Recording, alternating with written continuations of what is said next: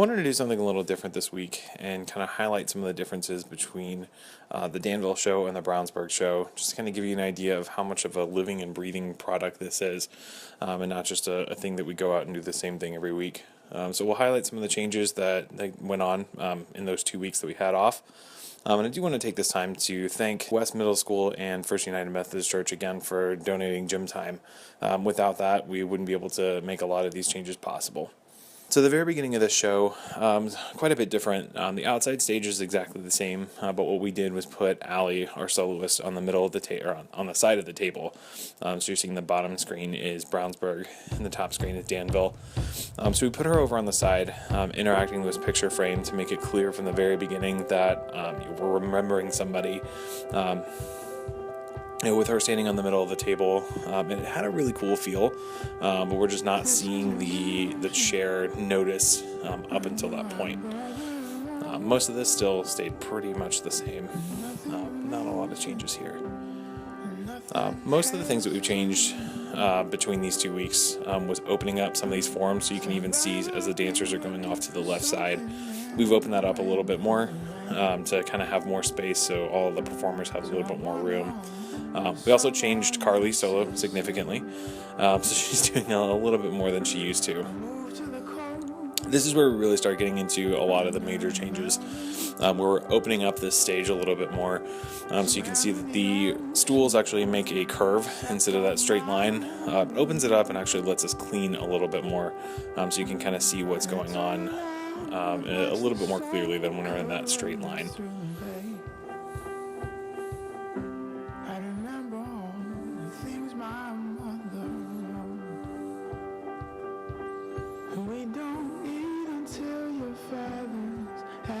So we changed a lot of this too to kind of clean up this form, which we did this the night before the show, so it's still really messy. But we did change this choreography significantly and brought them back into these three, what should be straight lines, but again, we just learned this the night before, so kind of low expectations on that one. But then we redeveloped the same idea with the two lines and Julia coming down to get that flag, just in a way that's a little bit cleaner for us. And again, it's the same idea as with the flags earlier, opening up this stage instead of having that really tight constricted space like we did up in Danville. We opened that up with that curve form over on the right side.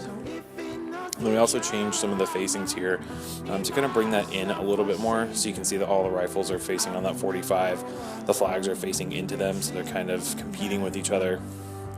And then you can really start to see this open up because we don't have those stools in the way.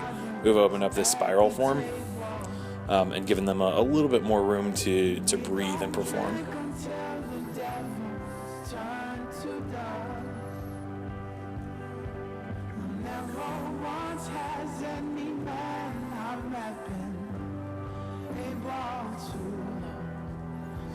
So here's where we're getting into a lot of the choreography changes for the rifles. This has kind of been one of our bigger struggles, is kind of developing this idea. This might be one that changes again before the season's over. We'll definitely be adding on to it. This choreography was put in the last 45 minutes of rehearsal, so excuse the mess. That was definitely a great thing that the rifles even took it and performed it as well as they could. We'll be revisiting that before you see it again. So a lot of path changes here, kind of making this a little bit more chaotic. It was supposed to be that way to kind of open that up, and they're going to the different curve paths instead of those straight paths. This is another one of those moments that it's going to develop a little bit more. We definitely want there to be a little bit more action whenever we start seeing this, this beautiful iridescent flag coming out. We had that really cool moment with the tables coming out, or the four people at the table coming out, and then we just want to develop those other groups as they come in.